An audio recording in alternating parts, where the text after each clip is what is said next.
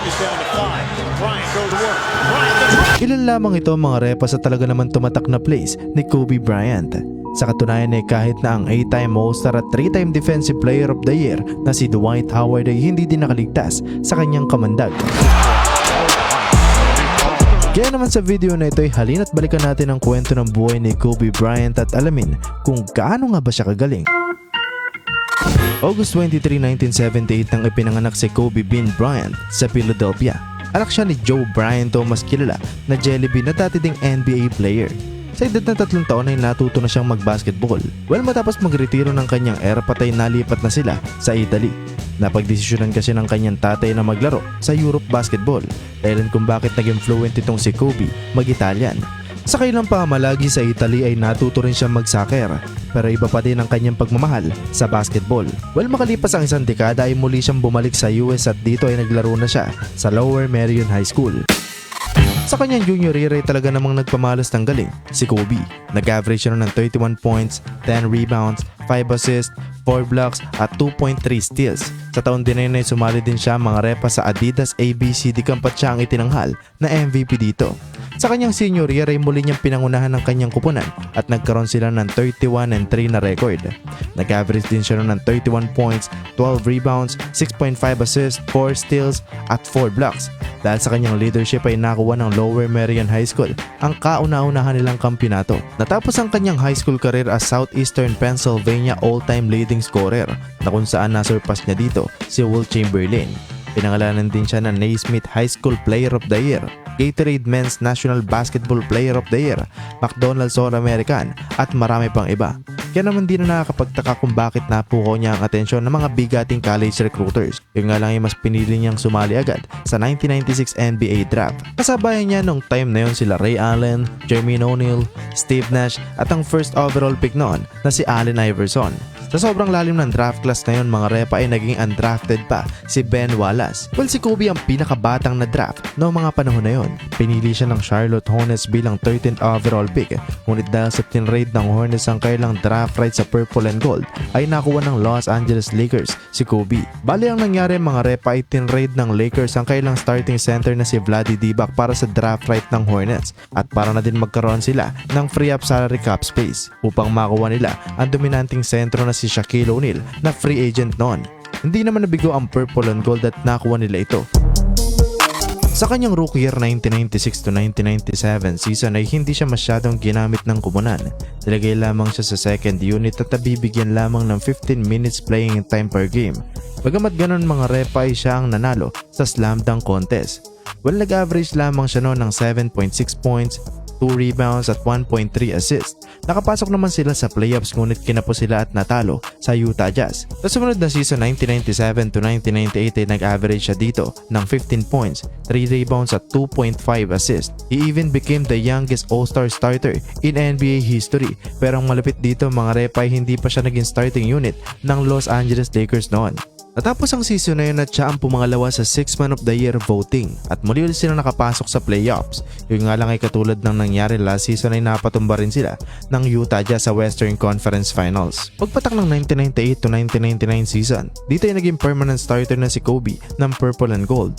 Nag-average noon ng 20 points, 5.3 rebounds at 3.8 assists. Nakapasok naman sila sa second round ng playoffs pero winulis din sila ng San Antonio Spurs na nagkampiyon din noong time na yon. Dahil sa dalawang magkasunod na season na silang winawali sa playoffs ay napagtanto na ng Lakers management na kailangan na talaga nilang magpalit ng pyesa. Kaya naman sa pagkakataong ito ay agad na nilang kinuha si Phil Jackson. Sa pagkakataong ito ay para bagang nakuha at nahanap agad ni Phil Jackson ang tamang timpla para sa duo ni Shaq at Kobe. Nag-average si Shaq noon ng 30 points at 13.6 rebounds. Si Kobe naman ay nag-average ng 22.5 points, 6.3 rebounds at 5 assists per game. Natapos ang season na yun na may 67-50 na record ang Lakers at sila ang nanguna sa power rankings. Sa first round ay nakaharap nila ang Sacramento Kings at tinapos lamang nila ang series sa Game 5. Sa second round naman ay nakaharap naman nila ang Phoenix Suns at tinapos lamang nila ang series sa Game 4. Sa Western Conference Finals naman mga repa ay nakaharap naman nila ang Portland Trail Blazers at talaga namang naging dikdikan ang series na yon. Sa katunayan ay umabot pa ito ng Game 7 at noong 4th quarter mga repa ay lamang ng 15 points ang Blazers. Sa paningin ng karamihan ay dito na matatapos ang serye. Pero dahil sa duo nila Shaq at Kobe ay nagawa nila ang maituturing na one of the biggest comeback in NBA history. So matotal mga repa ay 30 points ang nagawa ng Los Angeles Lakers sa 4th quarter at 18 points combined ang nagawa naman nila Shaq at Kobe. Well, dahil sa crossover ni Kobe kay Scottie Pippen at alley-oop pass niya para kay Shaq ay natapos nila ang series sa Game 7 dahilan kung bakit nakapasok sila sa NBA Finals. Dito ay nakaharap nila ang Indiana Pacers. Sa Game 2 ay na-twist mga repa ang ankle ni Kobe dahil kay Jalen Rose dahilan kung bakit hindi siya nakapaglaro sa Game 3 kaya naman natalo ang purple and gold noong game na yon. Muli naman nakabalik sa lineup si Kobe noong Game 4 at bagamat na-eject si Shaq noon ay nagpakitang gilas naman itong si Kobe dahilan kung bakit natalo nila ang Pacers noong Game 4. Well, natapos ang series na yun mga repa noong Game 6 matapos makapagtala ang duo ni Shaq at Kobe ng 67 points combined. Kaya naman sa pagkakataong ito ay nasungkitan ni Kobe ang kanilang unang kampyonato. Sa sumunod na season 2000-2001, dito ay lalo pang umabante ang stats ni Kobe. Nag-average siya dito ng 28.5 points, 6 rebounds at 5 assists. Nanatili pa ding dominante ang Lakers. Sa katunayan ay winalis nila ang lahat ng team sa Western Conference at nakapasok ulit sila sa NBA Finals. Dito ay nakaharap nila ang 76ers na pinangunahan ni Allen Iverson. Sa Game 1 ay talaga namang nag-init si AI. Nakapagtala siya noon ng 48 points. Natunghayan din natin dito ang iconic step over niya kay Tyronn Lue at nakuha pa nila ang game na yon. Dahil sa pangyayaring yun ay animoy ito ang naging gasolina nila Kobe.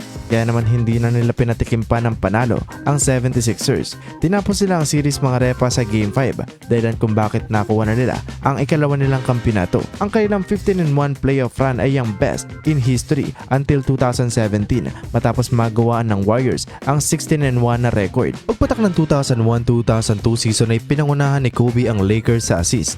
Nag-average din siya noon ng 25 points per game. Nakuha niya din ang kanyang unang first All-NBA at first team All-Defense at siya din ang itinanghal na All-Star MVP. Sa season na yun na nanatili pa ding dominante ang Lakers. Winilis nila sa first round ang Portland Trail Blazers. Noong nakalaban naman nila ang San Antonio Spurs sa semis ay tinapos lamang nila ang series sa Game 5. Pero pagdating ng Western Conference Finals ay dito na sinubok ang duo nila Shaq at Kobe. Na 3-2 lead sila ng Sacramento Kings noon mga repa. At to be honest ay Sacramento Kings talaga ang nakalalamang napanalo sa Game 6. Yung nga lang ay natungayan natin dito ang maituturing na one of the worst refereeing job in NBA history. Nanakaw ng refs ang panalo na yon na pumabor para sa Lakers. Well, nanalo naman ng purple and gold mga repa noong Game 7 fair and square dahilan kung bakit nakapasok ulit sila sa NBA Finals. Dito ay nakaharap nila ang New Jersey Nets at hindi na sila kinaya pa ng team na ito. Naswept nila ang Nets mga repa dahilan kung bakit nakuha na ng Lakers sa pangungunan ni Shaq at Kobe ang three-peat o tatlong magkakasunod na kampyonato. Nang dumating ang 2002-2003 season ay umakyat na sa 30 points, 7 rebounds at 6 assists ang stats ni Kobe. Marami din siyang nagawa noong season na yun na talaga naman tumatak sa karamihan. Isa na dito ay noong nakaharap niya si Michael Jordan dahil 55 points mga repa ang kanyang ginawa dito. Well, nakapasok naman sila sa playoffs at nag-average si Kobe noon ng 32 points, 5 rebounds at 5 assists. Yun nga lang ay kinapos sila at natalo sa San Antonio Spurs sa second round. Dahil sa maagang pagkakalaglag nila sa playoffs last season, ay pagpatak ng 2003-2004 ay dinagdag na sa kanilang lineup sila Gary Payton at Karl Malone at talaga namang napag-usapan at kinatakutan ng karamihan ang Lakers. Well, nakuha nila ang first seed at muli ulit silang naghari sa Western Conference dahilan kung bakit nakapasok ulit sila sa NBA Finals. Dito ay nakaharap nila ang Detroit Pistons at sa kabila ng lakas ng lineup ng Lakers ay isang beses lamang silang nanalo sa Pistons. Natapos ang series na yun mga repa sa Game 5 kaya naman nabigo muli sila na masungkit ang ika-4 sana nilang kampyonato. Dahil sa pangyayaring yun ay noong sumunod na season 2004-2005 nang maghiwalay na ng landa sila Kobe at Shaq. Tuluyan na nga na-trade ang one of the most dominant center in NBA history na si Shaq sa Miami.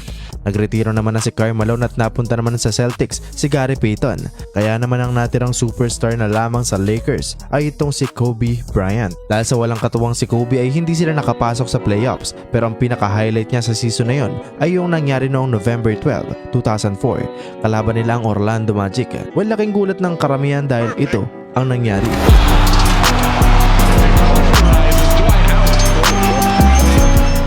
kahit na ang 3-time Defensive Player of the Year na si Dwight Howard ay hindi din nakaligtas sa kanyang kamandag. Sa sumunod na season 2005-2006 ay dito na natin natunghayan kung gaano kalupit sa opensa si Kobe. Nag-average siya noon ng 35 points, 5 rebounds at 4.5 assists. Madami din siyang nagawa na talaga namang nakakamanga. Sa katunayan ay nag-average siya ng 43 points noong January 2006. Yes mga repa, tama ang iyong nadinig. Sa buwan din na yan, January 22, 2006, dito din natin natunghayan ang 81 points niya kontra Raptors, the second highest scoring game in NBA history. Sa kasamaang palad sa dalawang magkasunod na playoffs simula 2006 at 2007 ay lagi silang napapatumba ng Phoenix Suns. Kaya naman pagpatak ng 2007 offseason ay nagdemand na ng trade itong si Kobe Bryant. Sobrang na-frustrate na siya sa Lakers management dahil wala silang mailatag na championship level supporting cast. Kaya naman ang ginawa ng management ay gumawa na sila ng hakbang at agad na kinuha si Pau Gasol. Dahil sa addition ni Gasol, Trevor Ariza at papostbong na si Andrew Bynum ay agad na naging championship contender ang Purple and Gold. Naging maganda din ang season na yun para kay Kobe. Siya ang itinanghal na regular season MVP. Nakuha din nila ang first seed at talaga namang na-dominate nila ang Western Conference dahilan kung bakit nakapasok sila sa NBA Finals. Dito ay nakarap nila ang Boston Celtics. Sila Kevin Garnett, Pau Gasol at Ray Allen ang kailangan nilang pataubin. Naging digdigan ng series na yon, pero sa huli ay nabigo silang makuha ang kampiyonato dahil tinapos ng Celtics ang series sa Game 6. Bagamat hindi niya nakamit ang kampiyonato ay nakuha naman niya ang gintong medalya sa Olympics noong 2008. Nakarap nila ang Spain noon na pinangungunahan ni Pau Gasol at sa unang play agad niyang binangga si Pau Gasol bilang mensahe para sa Team USA na wala siyang inuurungan. Walang muli ulit silang magkadaupang palad ay laking gulat ni Pau Gasol dahil nakabalandra sa kanyang locker ang gold medal ni Kobe na para bagang sinasabi na hindi ka na pwede pang matalo ngayong season. At naging malaking tulong ito para kay Pau Gasol. Si Kobe naman ay marami ding natutunan lalo na sa kailang run sa Olympics. Kaya naman nang dumating ang 2008-2009 season ay naging solido ang Lakers. Nagkaroon sila ng 65-70 na record at muli ulit na lang na-dominate ang Western Conference dahilan kung bakit nakapasok ulit sila sa NBA Finals. Dito ay nakarap nila ang Orlando Magic at tinapos lamang nila ang series sa Game 5. Kaya naman dito ay nakuha na ni Kobe ang ika-4 niyang kampiyonato at natunghayan din natin dito kung paano niya nakuha ang kanyang unang Finals MVP. Sa sumunod na season 2009-2010 ay muli ulit silang nakapasok sa NBA Finals. Dito ay nakabakbakan nila ang Boston Celtics at talaga naman naging dikdikan ang series na yon. Kitang-kita sa series na to kung gaano kagigil si Kobe na makabawi sa Celtics. Sa katunayan ay umabot pa ito ng Game 7. Sa kabila ng mahigpit na depensa ng Celtics ay nakapagtala si Kobe noon ng 23 points at 15 rebounds. Kaya naman mas nanaig ang Purple and Gold dahilan kung bakit nakuha na ng Lakers ang back-to-back championship at ikalimang kampiyonato ni Kobe. Nang dumating ang 2011 season ay maraming nag-expect sa Los Angeles Lakers para sana sa kanilang three-peat. Yun nga lang ay winilis sila ng Dallas Mavericks sa second round na nagkampiyon din noong time na yon. Pagdating naman ng 2012 season ay nagretiro na si Phil Jackson at katulad na lamang ng nangyari last season ay sa second round pa lamang ay napatumba agad sila ng Oklahoma City Thunder. Dahil sa dalawang magkasunod na pagkatalo sa playoffs ay gumawa na ng hakbang ang Lakers management at nakuha nila via trade si Dwight Howard. Kung titignan ay anime parang paderang Lakers noon, pero sa kasamaang palad ay hindi naging maganda ang chemistry ng team. Bukod pa doon ay bago pa magumpisa ang playoffs ay napunit mga repa ang Achilles ni Kobe dahilan kung bakit hindi siya nakapaglaro sa postseason. Sa kabila ng kanyang Mamba mentality ay wala talagang ligtas lalo na't kung ang pag-uusapan ay injury. Matapos kasi ang kanyang Achilles ay sumunod naman ng kanyang knee. Pagkatapos naman ng knee injury ay balikat naman ang sunod na nadali. Well, sa kanyang huling laro sa NBA kontra Utah Jazz noong 2016 ay laking gulat ng karamihan dahil nakapagtala siya ng 60 points. Nang matapos ang season na yun ay opisyal na siyang nagretiro. What can I say? Mamba out.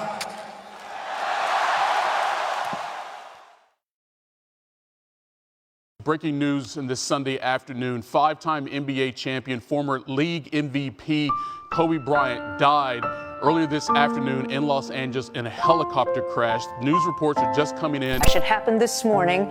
The chopper reportedly went down just before 10 a.m. local time, according to the fire department out there in Calabasas, California. That's north. Dahil sa mga lumabas na balita ay talaga namang bumuhos ang luha sa lahat ng sulok ng mundo. Ramdam sa mga sumunod na araw, linggo at buwan ang pagluluksa ng mga players at mga umiidolo sa kanya. Sa kabila ng kanyang maagang pagkawala sa mundong ibabaw ay nakatatak na ang kanyang legasiyang iniwan sa ating mga basketball fans. Well kayo mga repa, isa din ba kayo sa humanga at bumilib sa kalibre ni Kobe Bryant? Comment down below.